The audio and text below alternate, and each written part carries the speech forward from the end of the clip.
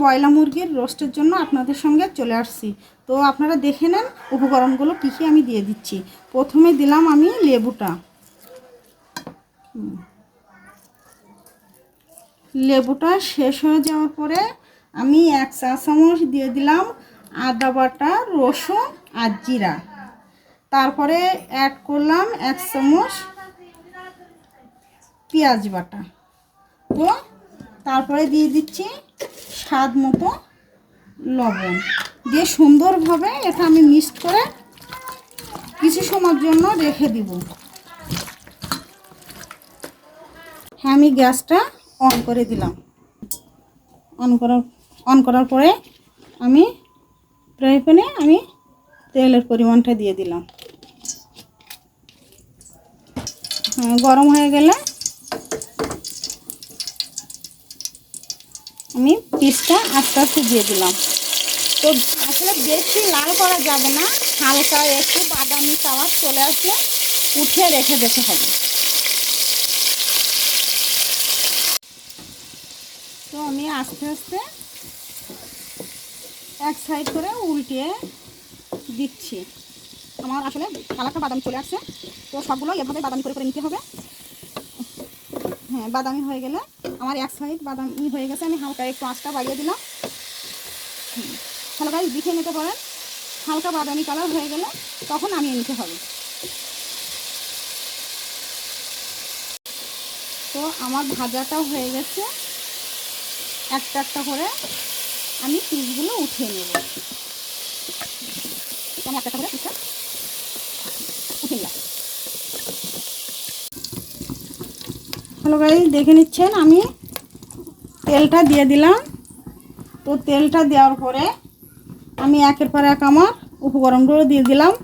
আদা, পেঁয়াজ, এই আদা পেঁয়াজ রসুনটা দিয়ে দিলাম, অ্যাড করলাম আমি আবারও পেঁয়াজ। তারপরে দিয়ে দিব স্বাদ মতো লবণ। তারপরে দিয়ে দিচ্ছি আমি 1 টেবিল চামচ জিরে গুঁড়া, ধনে গুঁড়া,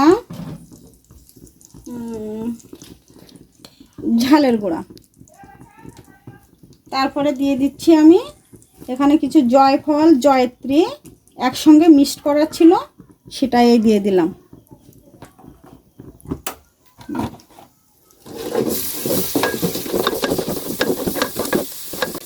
আমার মশলাটা সুন্দরভাবে ভাজা ভাজা হয়ে গেছে, হালকা একটু পানি অ্যাড করব।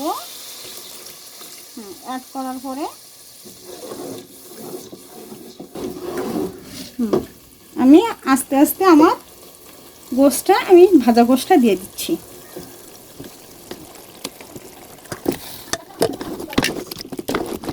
পরে নাড়াচাড়া করে দেখলাম, এটা ব্রয়লার মুরগি, তো ব্রয়লার মুরগির পানিটা আসলে অনেকটা শুকাইতে চায় না, তো অনেক সময় হয়ে গেল। তো আমি এর ভিতরে এবার অ্যাড করব 1 কাপ পরিমাণে লিকুইড দুধ। দুধটা অবশ্যই গরম করে নিতে হবে। তারপরে অ্যাড করব স্বাদ মতো চিনি, যে যতটুকু পরিমাণে পছন্দ করে।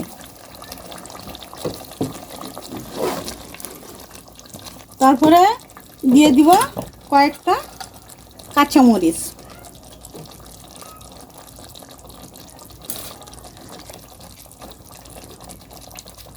দিয়ে আমি হালকা একটু ঢাকনা দিয়ে ঢেকে দিব। শেষে অ্যাড করলাম আমি গোলাপ জল। এই গোলাপ জলটা আসলে এটাতে স্বাদ বাড়ায় না, এটাতে একটা ঘ্রাণটা আসে অন্যরকম, একটা ফ্লেভারটা অসাধারণ ফ্লেভারটা আসে। তারপরে দিয়ে দিব আমি ভেজে রাখা পেস্তাটা আমি সুন্দরভাবে পরিবেশন করে ছড়িয়ে দেওয়ার পরে এখানে আজকে আমার রেসিপিটা আমি শেষ করে দিব।